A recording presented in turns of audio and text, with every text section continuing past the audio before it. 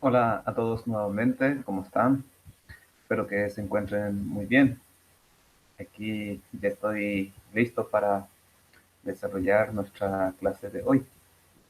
Y podemos empezar diciendo que nos embarga un sentimiento de alegría, de dicha, por un lado, porque estamos llegando a la conclusión de este ciclo de cursos, de charlas, de videos que venimos desarrollando en nuestra materia de teología de la educación. Pero también un sentimiento de añoranza, para no decir de tristeza, porque ya ustedes están culminando la carrera y seguramente ya no tendremos oportunidad de encontrarnos para nuevos cursos, por lo que vamos despidiéndonos también. Bueno, hoy nos toca seguir desarrollando el servicio de la Iglesia para la cultura, la educación, a través de su misión. Hemos visto en la clase pasada algunos documentos eh, de la Iglesia a nivel global, a nivel mundial, a nivel general. Son los documentos conocidos este, a partir del Concilio Vaticano II.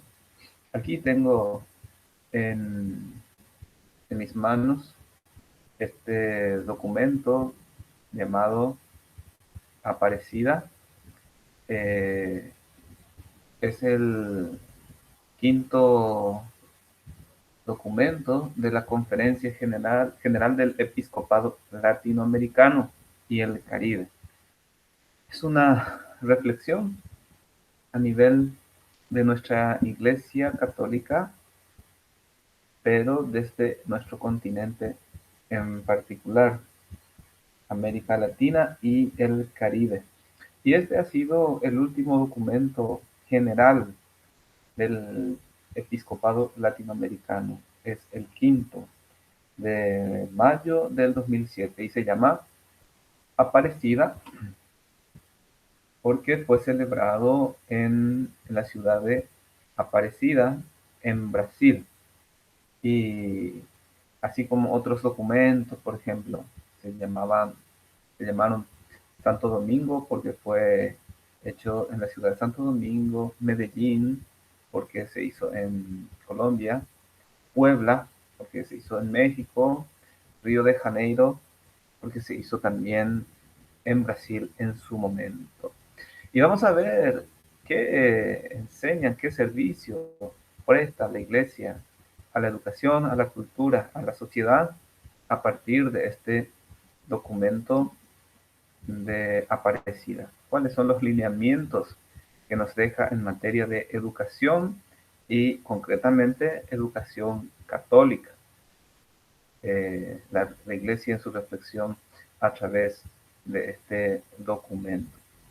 Bien, voy compartiendo pantalla para que podamos seguir el desarrollo de la clase de hoy con la ayuda del PowerPoint.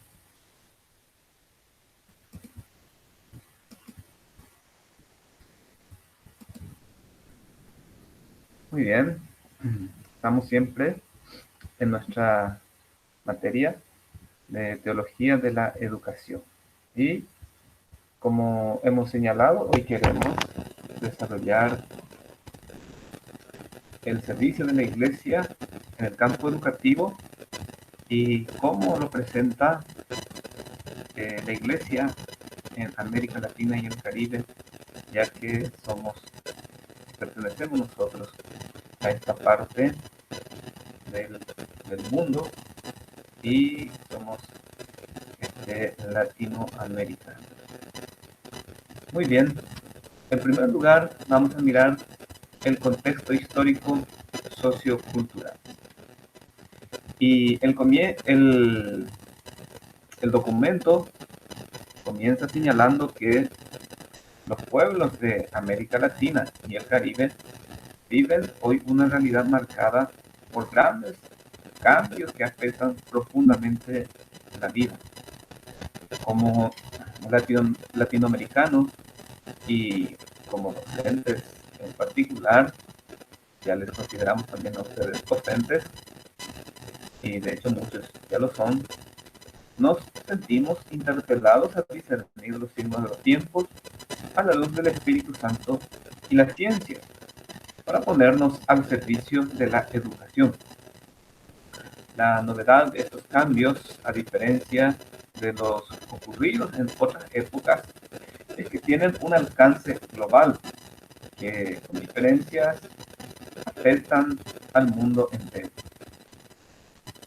Habitualmente se los caracteriza como el fenómeno de la globalización, un factor determinante de estos cambios es la ciencia y la tecnología, con su capacidad de influir prácticamente en todos los ámbitos de la vida y en la convivencia diaria.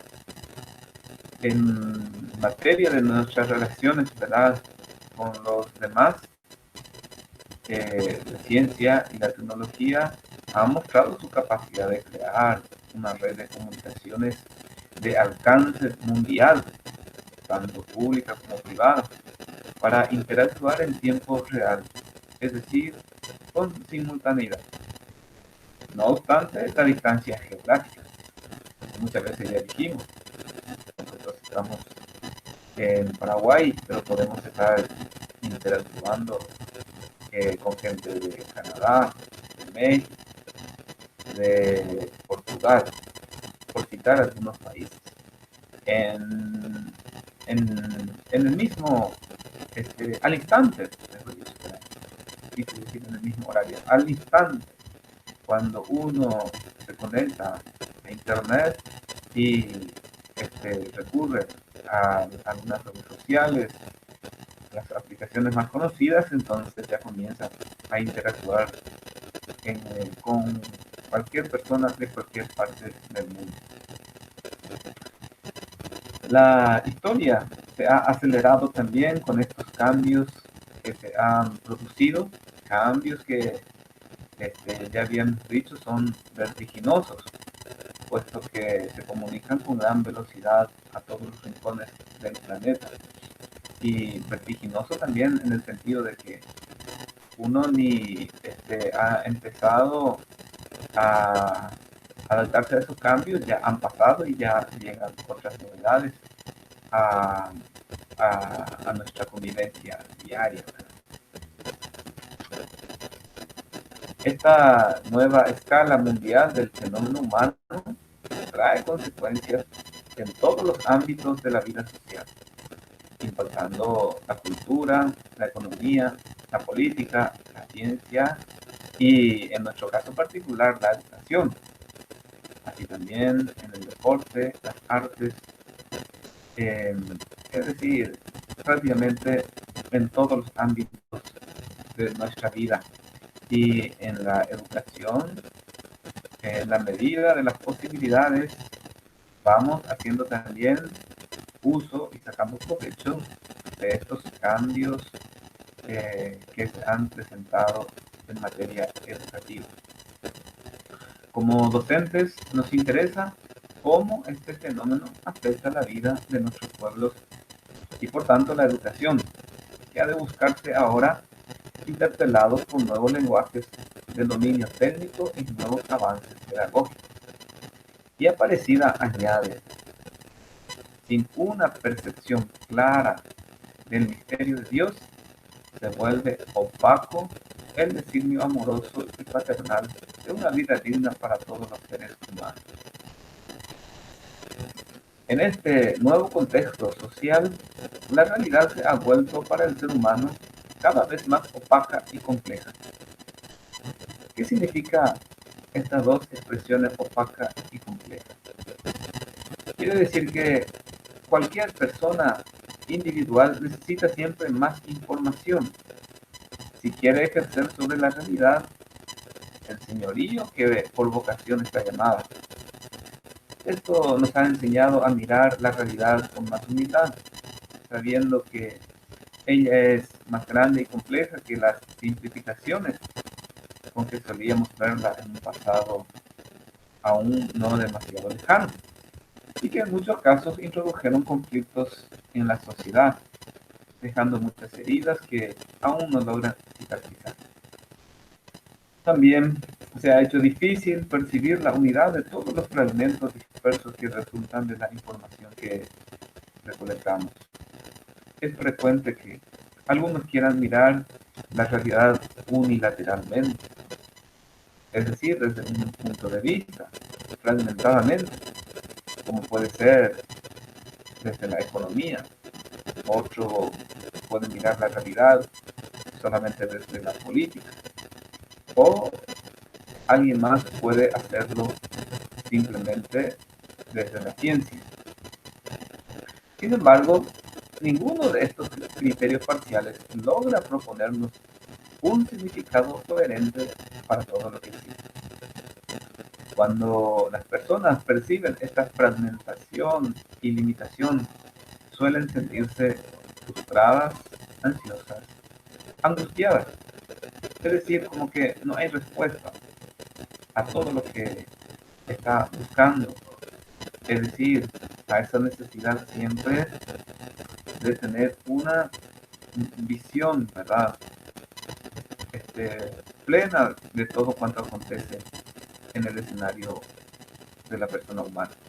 No solamente algo fragmentado o un solo punto de vista puede decir todo lo que la realidad es en cuanto compleja, ¿verdad? Se presenta siempre ante nuestros ojos. Esta es la razón por la cual muchos estudiosos de nuestra época han sostenido que la realidad ha traído aparejada una crisis de sentido. Ellos no se refieren a los múltiples sentidos parciales que cada uno puede encontrar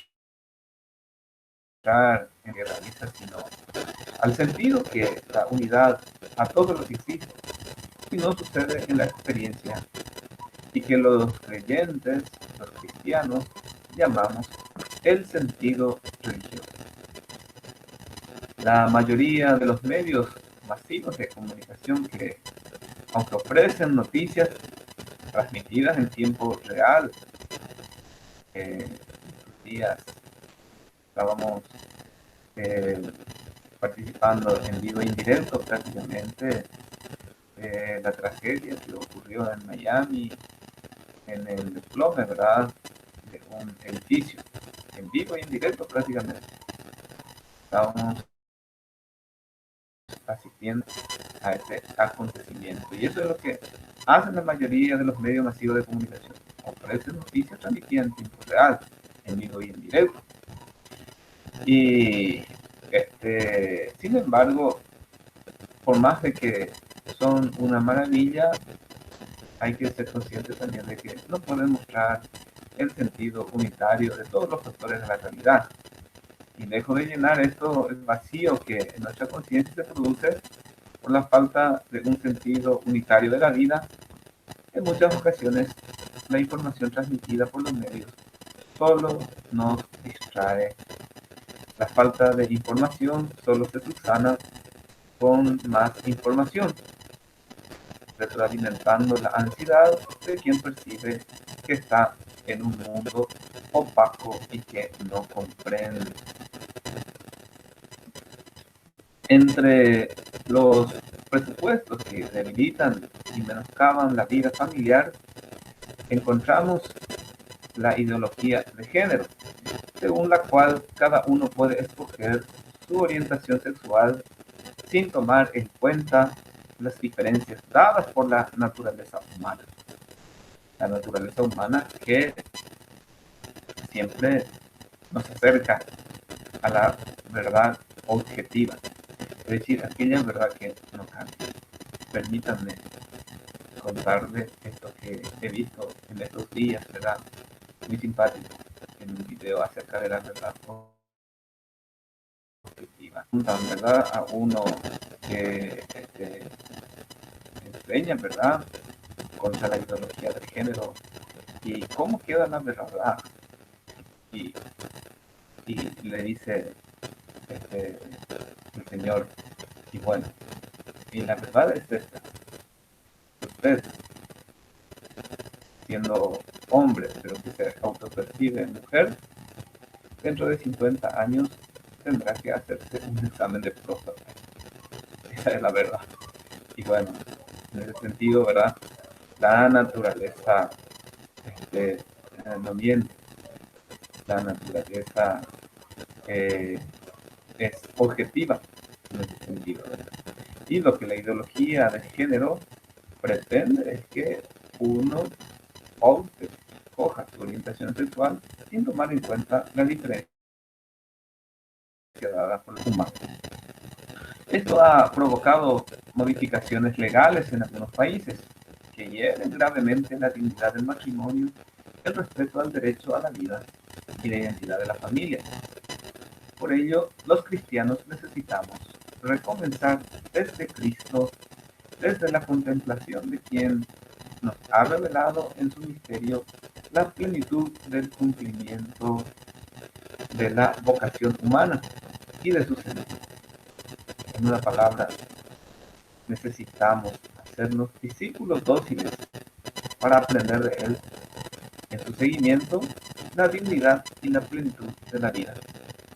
Y necesitamos al mismo tiempo que nos consuma el celo misionero para llevar al corazón de la cultura de nuestro tiempo aquel sentido unitario y completo de la vida humana que ni la ciencia, ni la política, ni la economía, ni los medios de comunicación podrán proporcionar.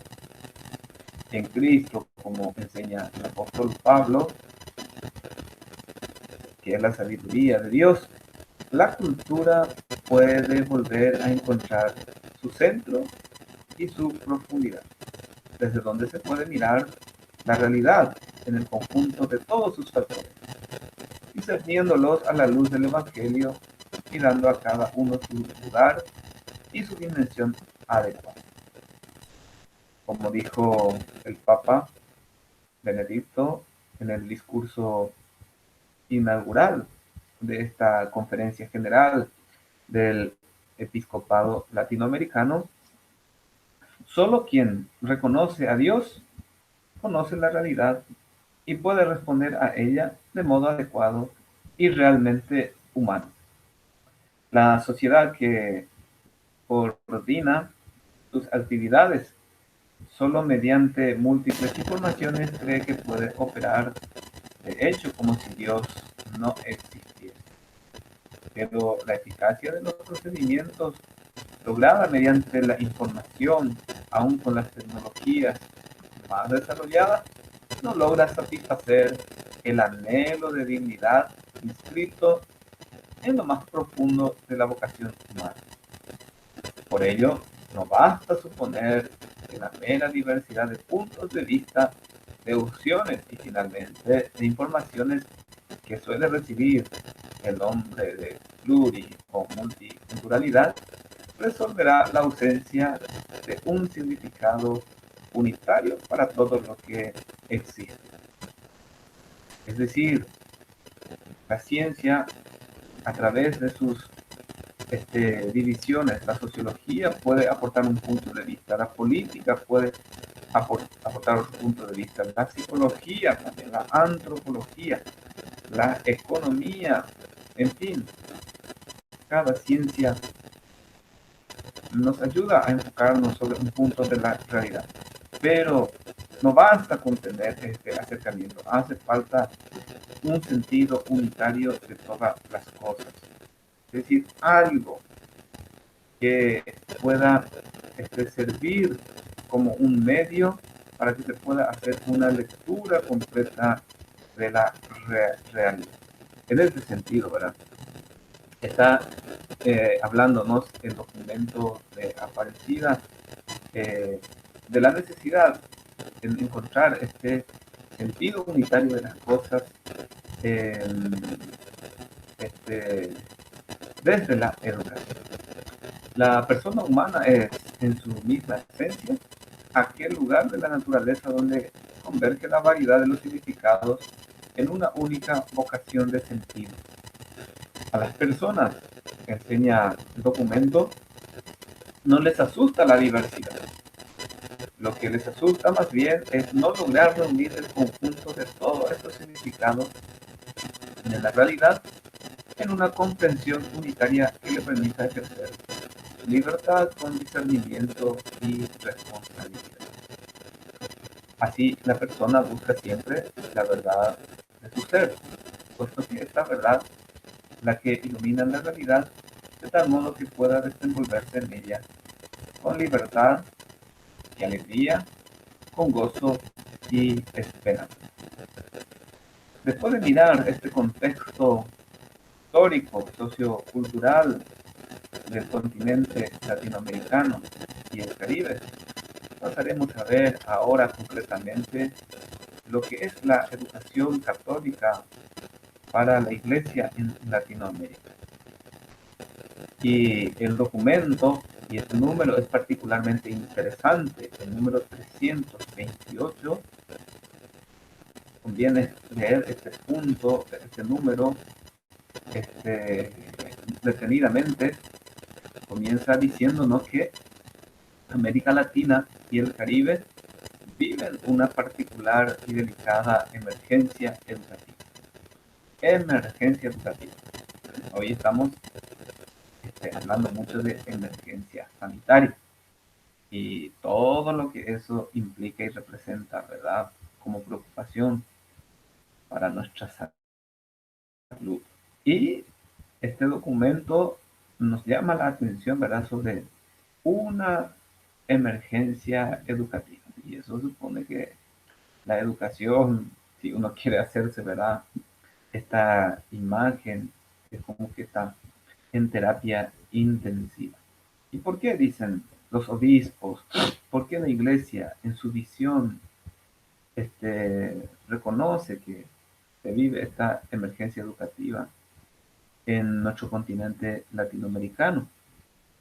Y no se dicen los obispos que las nuevas reformas educacionales de nuestro continente, impulsadas para adaptarse a las nuevas exigencias que se van creando con el cambio global, aparecen, y aquí está el punto de atención, centradas prevalentemente en la adquisición de conocimientos y habilidades y denotan un claro reduccionismo antropológico, ya que conciben la educación preponderantemente en función de la producción, la competitividad y el mercado.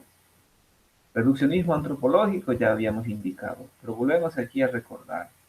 Es reducir al ser humano en un solo aspecto, en una sola dimensión.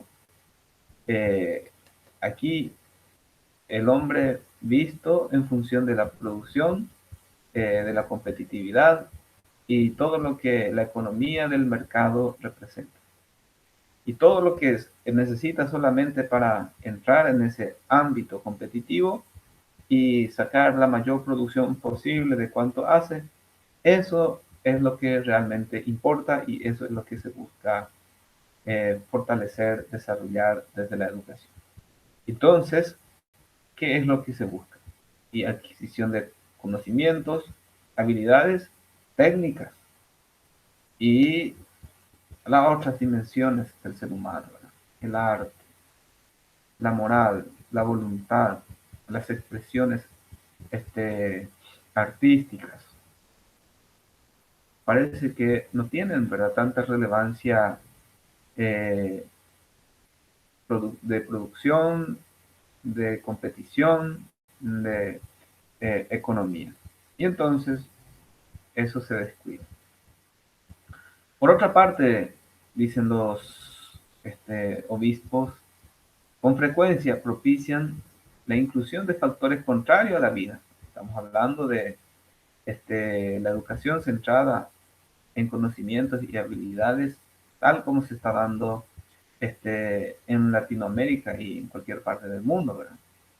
La inclusión de factores contrarios a la vida, a la familia y a una sana sexualidad. De esta forma, no despliegan los mejores valores de los jóvenes ni su espíritu religioso. Tampoco les enseñan los caminos para superar la violencia y acercarse a la felicidad, y les ayudan a llevar una vida sobria y adquirir aquellas actitudes, virtudes y costumbres que harán estable el hogar que funden y que los convertirán en constructores solidarios de la paz y y del mundo mismo, ¿verdad?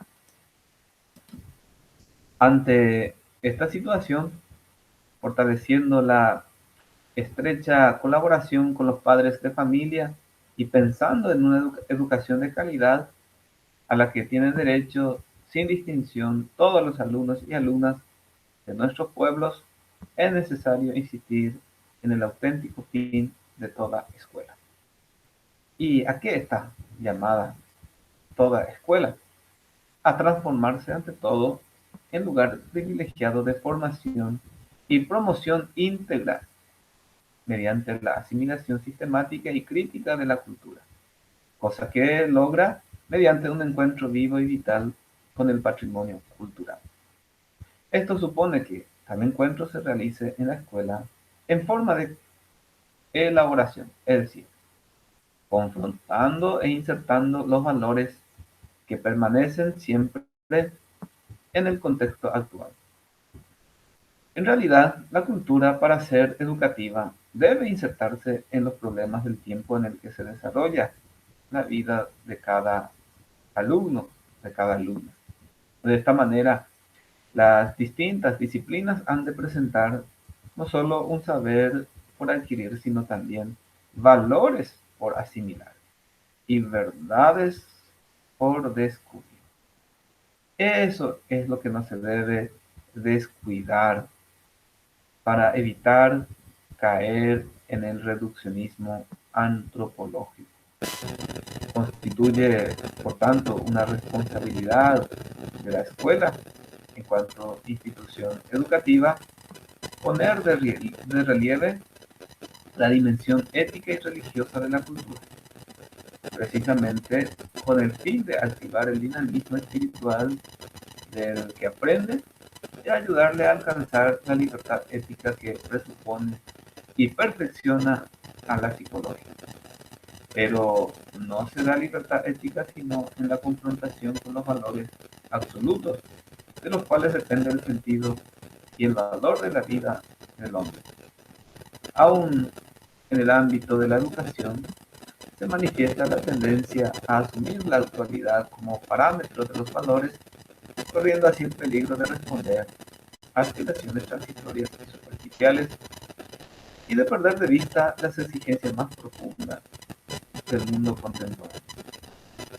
La educación humaniza y personaliza al ser humano cuando logra que éste desarrolle plenamente su pensamiento y su libertad, haciéndole fructificar en hábitos de comprensión y en iniciativas de comunión con la totalidad del orden real.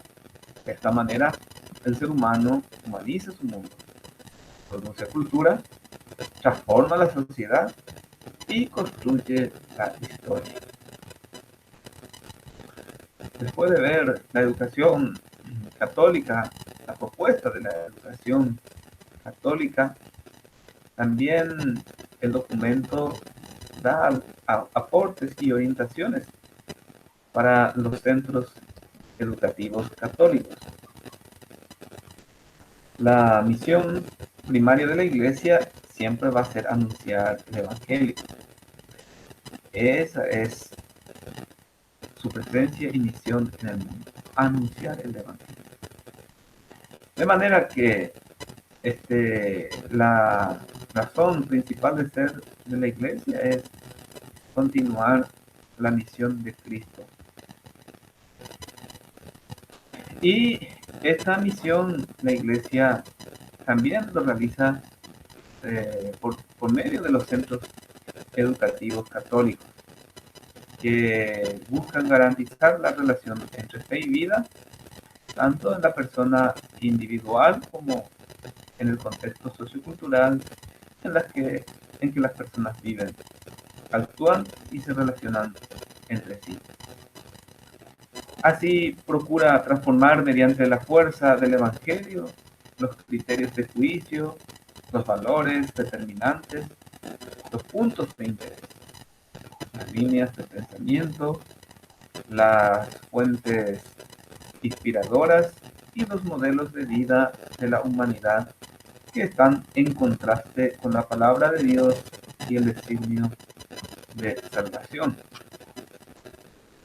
Cuando hablamos de una educación cristiana, por tanto, entendemos que el maestro educa hacia un proyecto de ser humano en el que habite Jesucristo con el poder transformador de su vida nueva. Hay muchos aspectos en los que se educa y de los que consta el proyecto educativo. Hay muchos valores, pero estos valores nunca están solos. Siempre forman una constelación ordenada, explícita o implícitamente. Eso es lo que llamamos jerarquía de valores. Todos los valores están ordenados y tienen su importancia. Hay valores superiores, valores inferiores.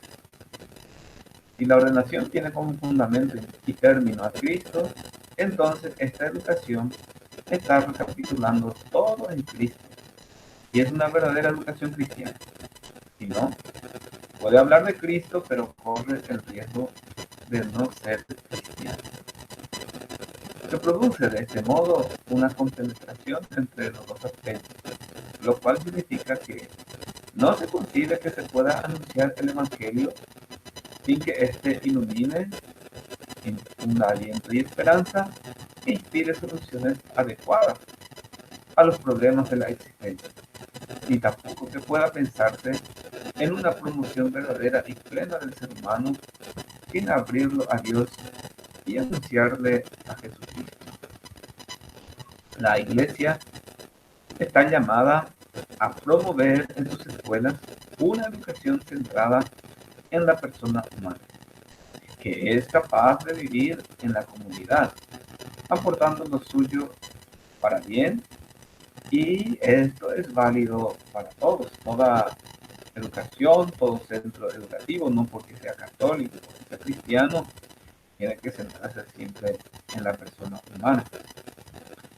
Ante el hecho de que muchos se encuentren excluidos, la Iglesia deberá impulsar una educación de calidad para todos, sea formal y no formal, especialmente para los más pobres. Muchos de los documentos, especialmente en Latinoamérica, van a hablar de una manera particular de esta opción preferencial por los pobres. Si ustedes quieren buscar más información sobre esto, el documento de Puebla es maravilloso en su descripción y explicación de la misión de la Iglesia como opción preferencial por los pobres. Una educación que ofrezca a los niños, a los jóvenes y a los adultos el encuentro con los valores culturales del propio país, descubriendo e integrando en ellos la dimensión religiosa y trascendente.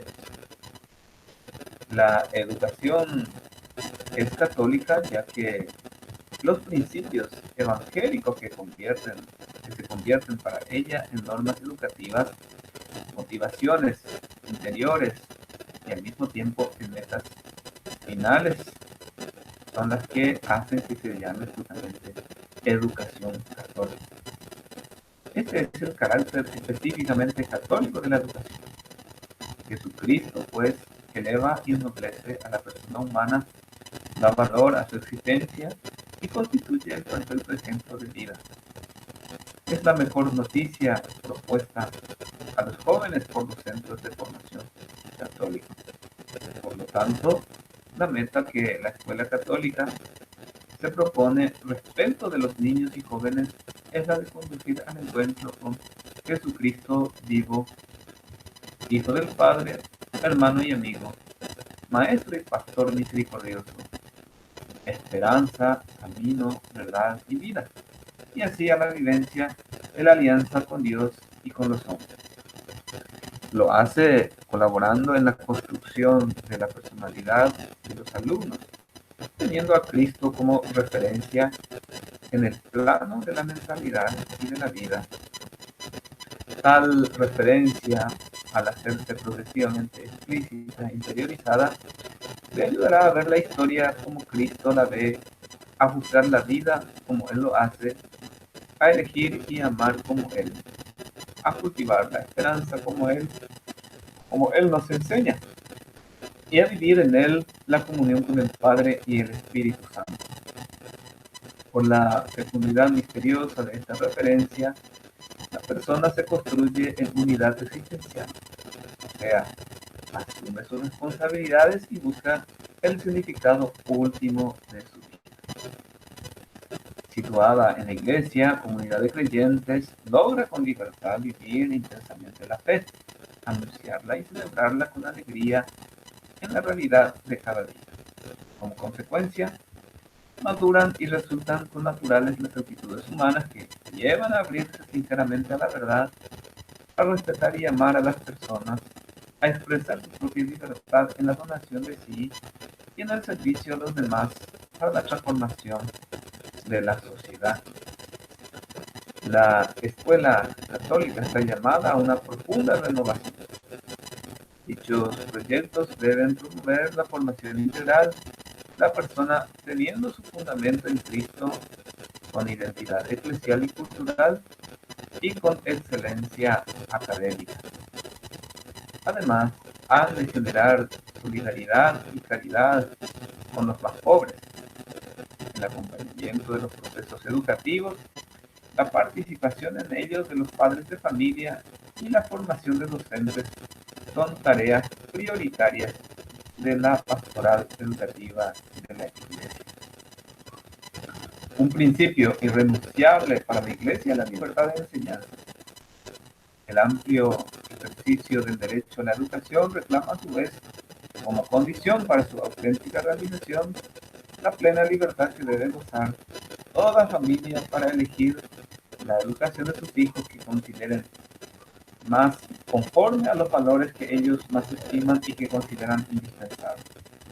Por el hecho de haberles dado la vida, los padres asumieron la responsabilidad de ofrecer a sus hijos condiciones favorables para su crecimiento y la grave obligación de educarlos.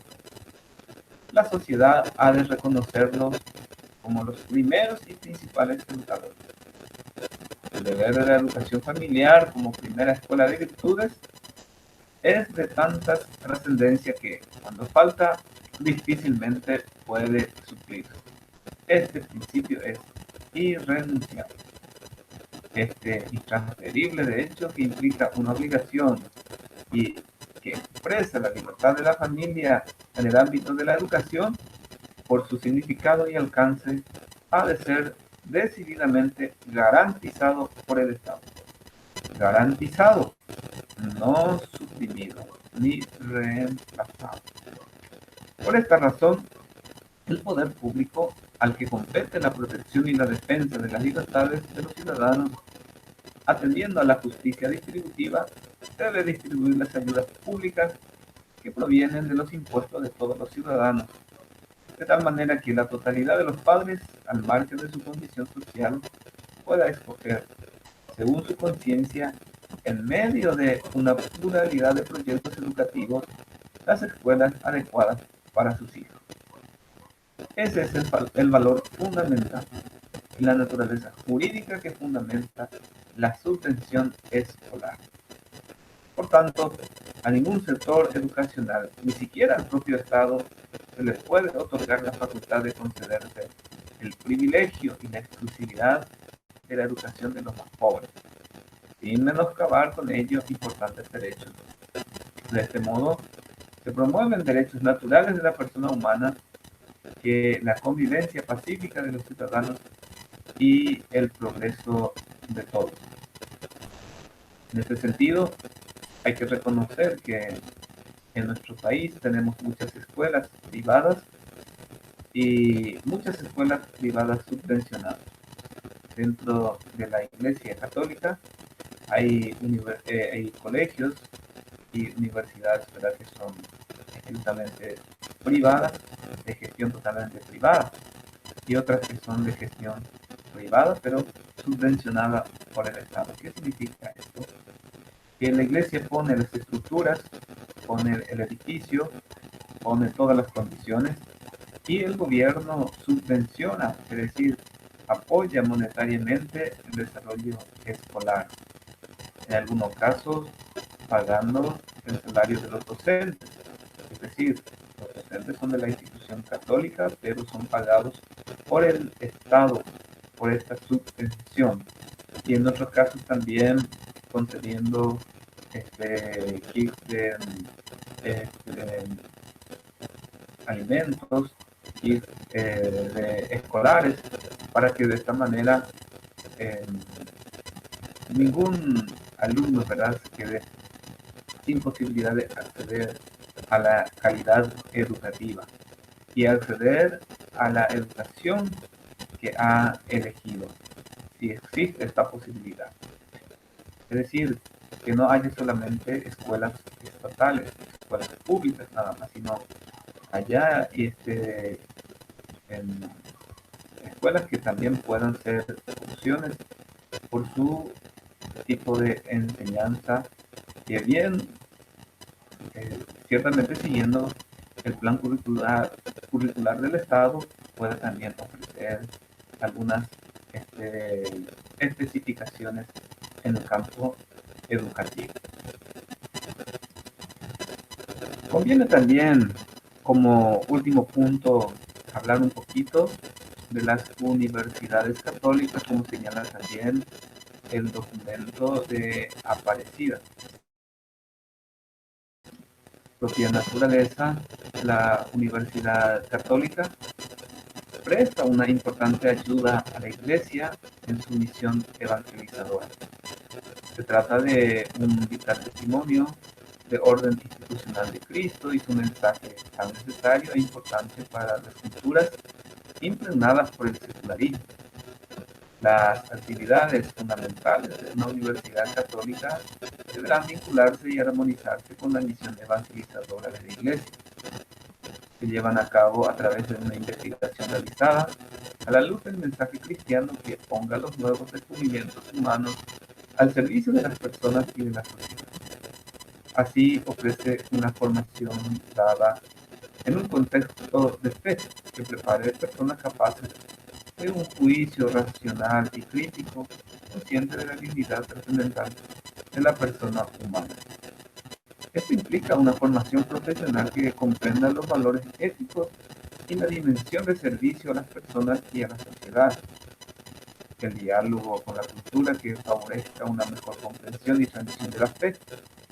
La investigación teológica que ayude a la fe a expresarse en lenguaje significativo para estos tiempos.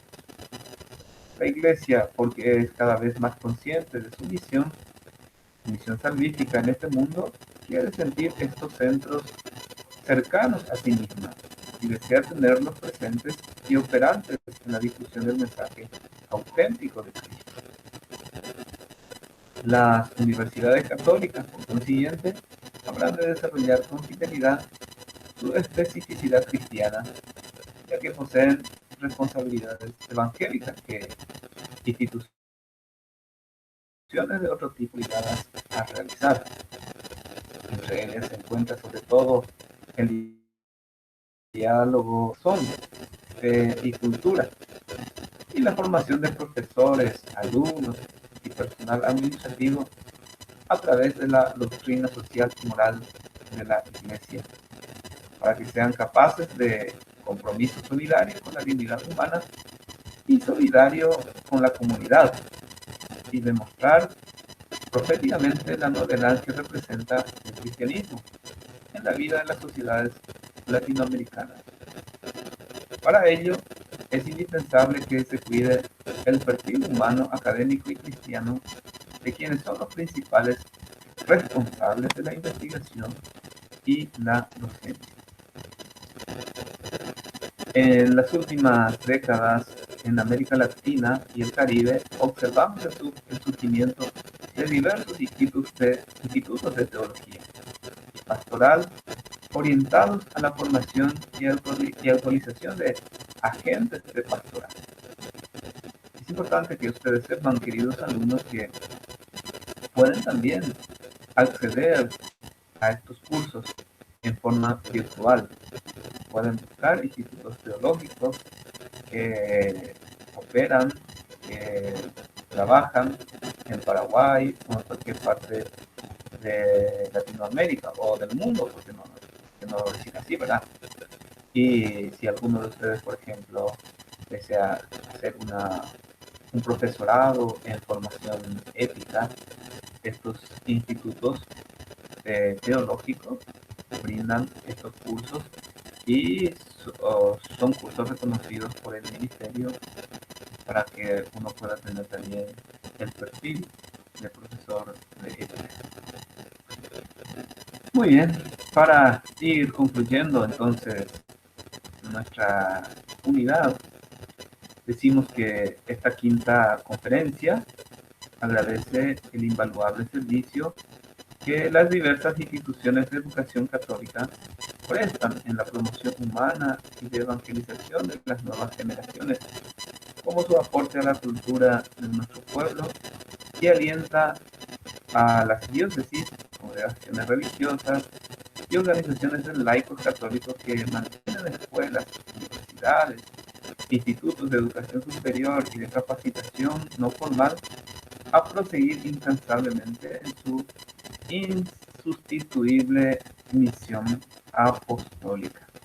Y para ustedes que conocieron también un poco de la educación católica, esperamos que sirva como una motivación para investigar e interiorizarse más educativa de la Iglesia en materia de educación y pueda también ayudar eso en su formación actual y posterior en el desempeño en el campo educativo.